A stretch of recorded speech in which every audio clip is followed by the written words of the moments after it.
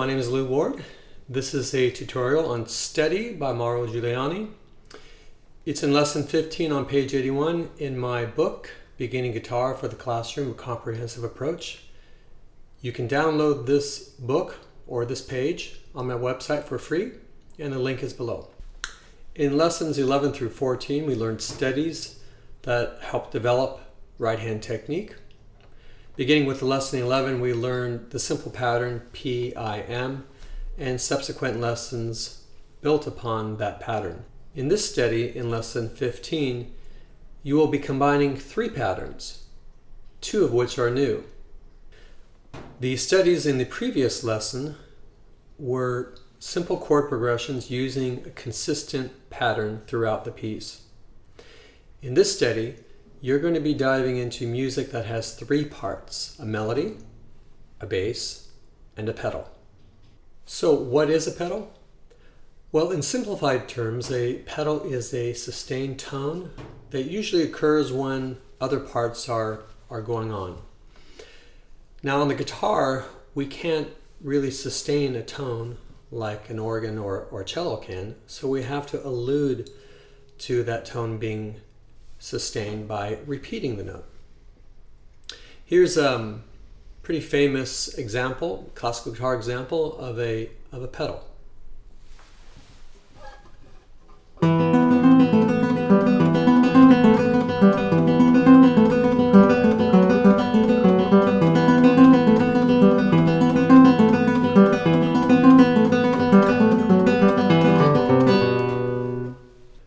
Now, in approaching three-part music, the first step into being able to play and control the three parts is simply to recognize that there are three parts. As obvious as that might sound, the first step really is just to be aware of the three parts. So to help you do that, I'm going to play a few measures with only two parts, the melody and the bass. And as I do so, notice the interaction between the two parts. Notice how the bass responds or imitates the melody.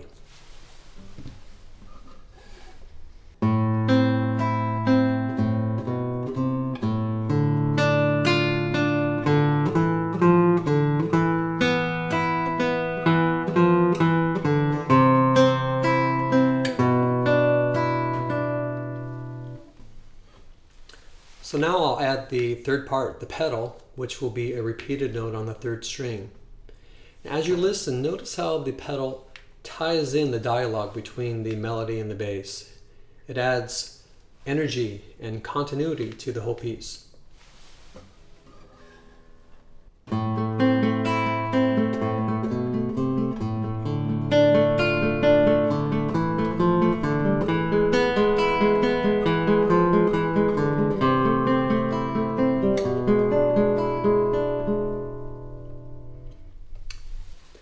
So the function of the pedal here is to support the bass and melody, to give it a setting for their interaction.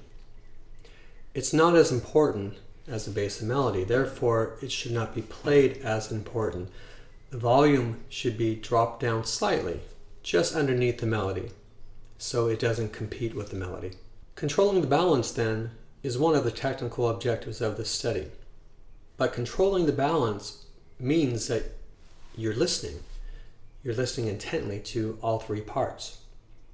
So in regards to the pedal, you not only want to bring back the volume, but you want the volume of that pedal, repeated pedal note, to be consistent. Remember, the whole point of this pedal is to give the illusion of a note being sustained. So we don't want any spikes that would break that illusion. Something like this.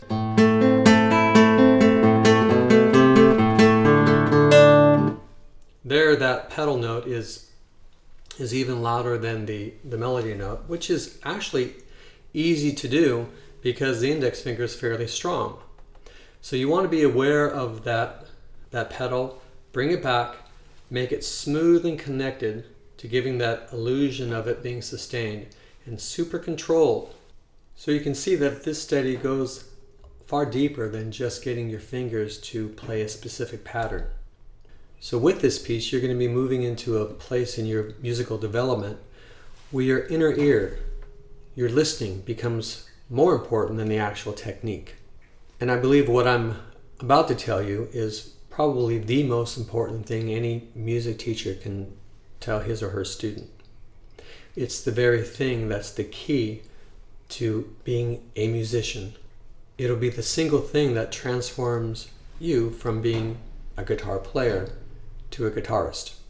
Your technique, that is what your fingers do, the physical component of playing guitar, should always be a response to what you hear in your inner ear. Well, don't get me wrong, technique is absolutely essential.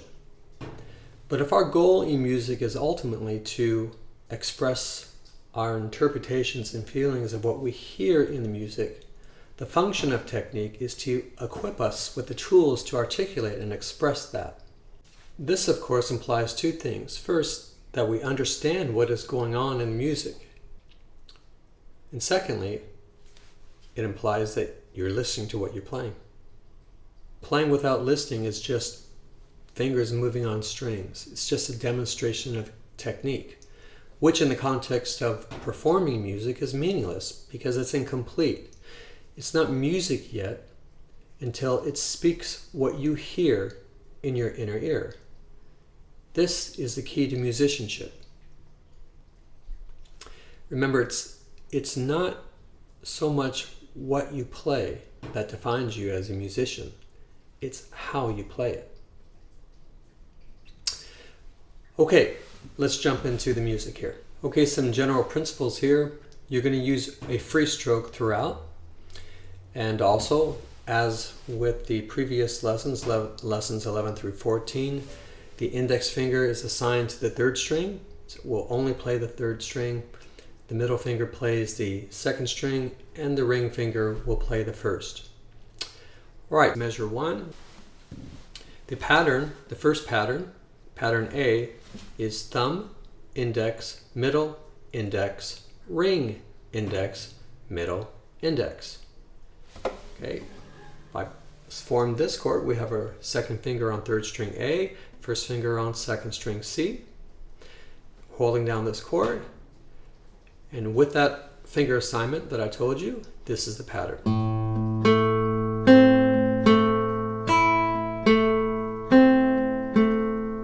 Okay, again, thumb, index, middle, index, ring, index, middle, index. Notice how every other note is on the third string. This is your pedal. Knowing that, you want to bring that pedal back slightly so it doesn't compete with the melody notes, which are on the first string and the second string. Okay, so we have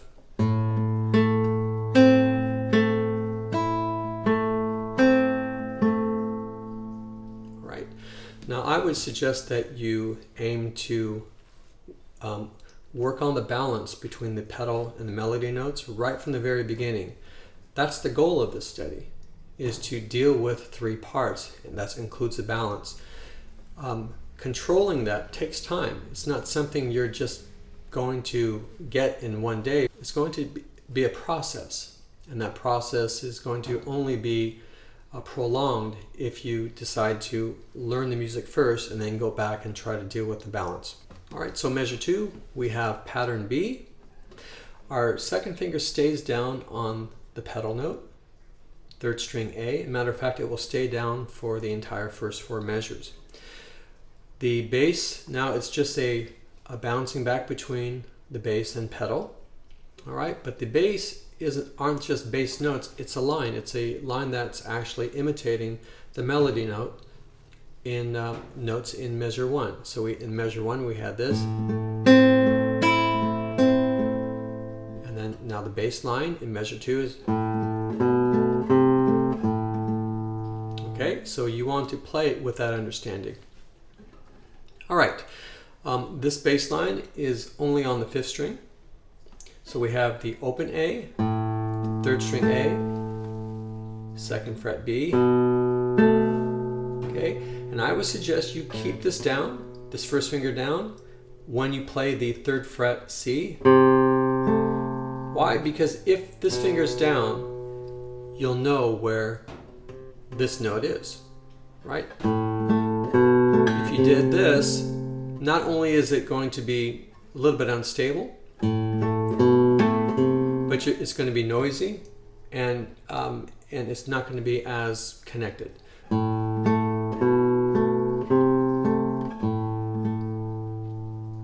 Okay, measures 3 and 4. It's an imitation, pattern-wise, of measure 1 and 2. It's just a different harmony. All right, let's go ahead and form this chord in measure 3. It's just a D minor chord, but you need to use your pinky, your 4th finger, on 2nd string D. Bass now is going to be on the 4th string, and the bass line in measure 4 will also be on the 4th string. So let me just play it for you first.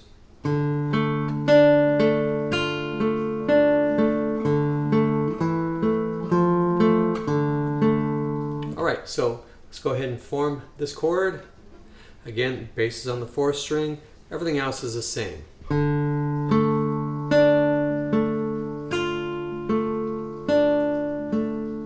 Okay, now again, the 2nd finger stays down on the pedal, and we're doing the same pattern, same frets as we did in measure 2.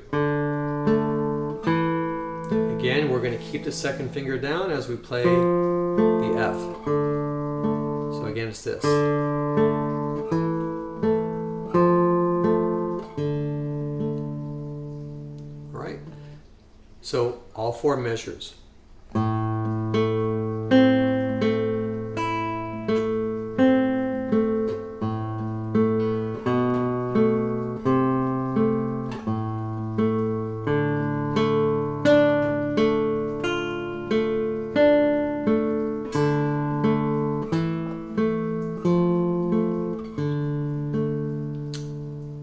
Next line, measures 5 and 6.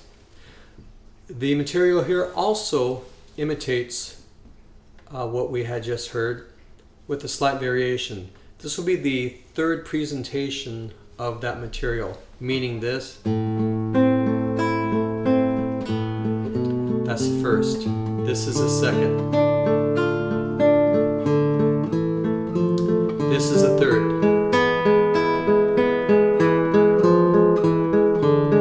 So being the 3rd presentation is usually the limit in classical music, where it's called a sequence. This is the 3rd part of the sequence, and there's usually some variation or some way to turn it and bring it to a close. So we now have this chord starting out. Our pedal now went from 2nd fret A to the 1st fret G sharp. Okay, that's our pedal now, still the 3rd string. 2nd finger's on 2nd fret E, 4th string. All right, so we're playing the same strings on the right hand as we did in measure 3. All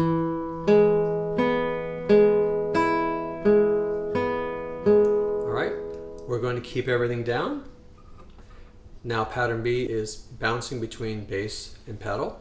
All right, so we're going to keep this down. We're going to play the F, and we're going to keep that 2nd finger down, not just so we know where the F is, as I stated earlier, but we're going right back to the E. So it's this.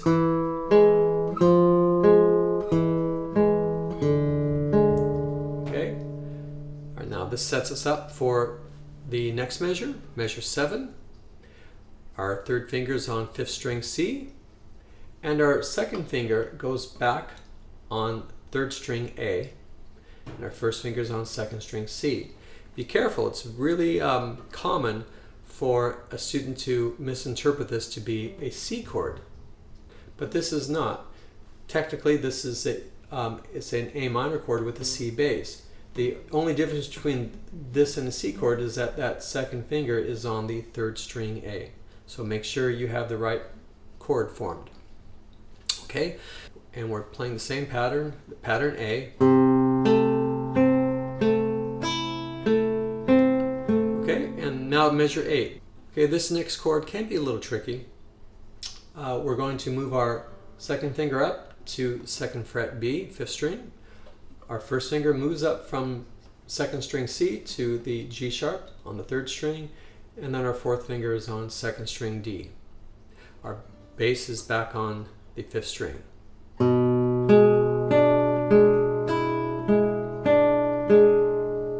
Okay, let me play this whole line for you, the second line.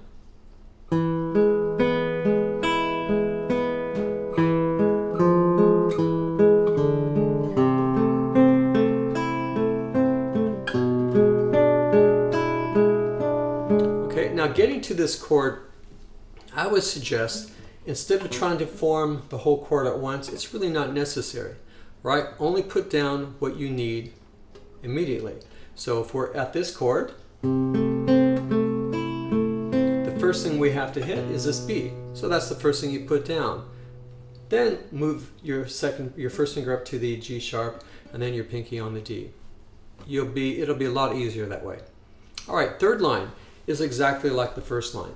It's just an exact repetition. Okay, so we don't need to review that. The fourth line, it's quite simple because it's just all a variation, well, at least 13, 14, 15 is just a variation of this A minor chord.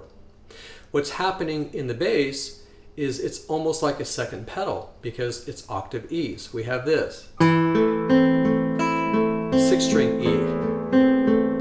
Back to 4th string, 6th string E. All right, and that secondary pedal causes this tension. Something is brewing, musically speaking, which leads to pattern C, which is a familiar pattern on the last line. Okay, so fourth line, measure 13, standard A minor chord. Bass is on the 4th string. Pattern A. All of this is pattern A.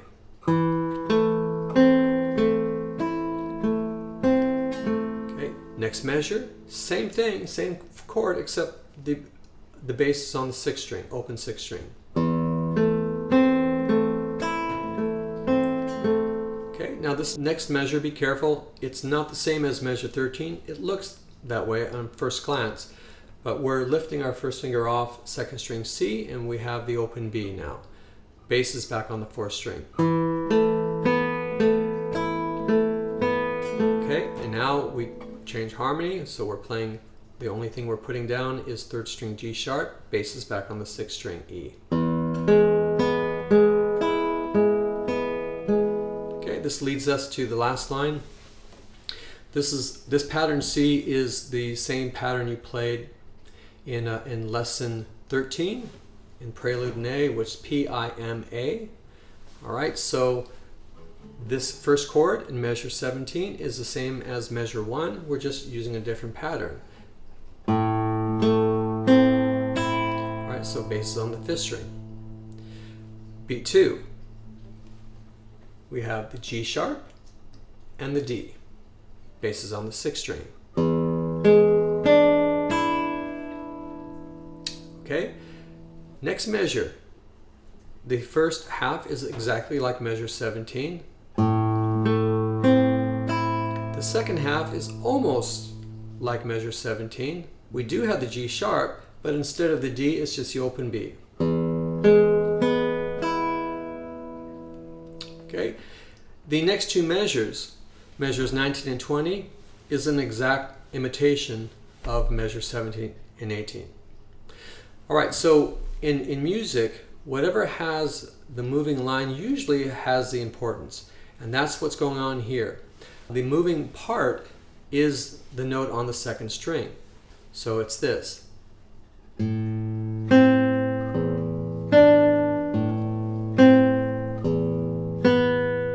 Okay, and in context with the pedal,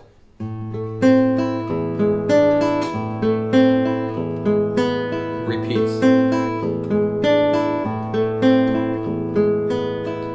So be aware of that. Okay, the very last measure, octave A's. This will be the first time you play two notes together. So let me play this whole line.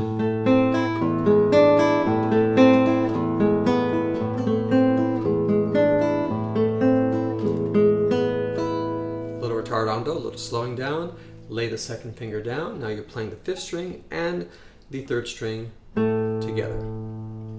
You may want to consider a little accelerando, a little speeding up towards the second half when you get to measures 19 and 20. So if I played this, and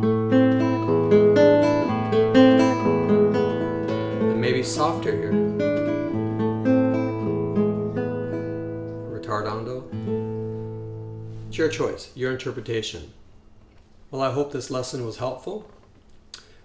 If you're watching this video and you do not read music, but you would like to learn this steady, go to my website, send me an email, and I'll be happy to make a tabbed version for you if you're more comfortable in that format.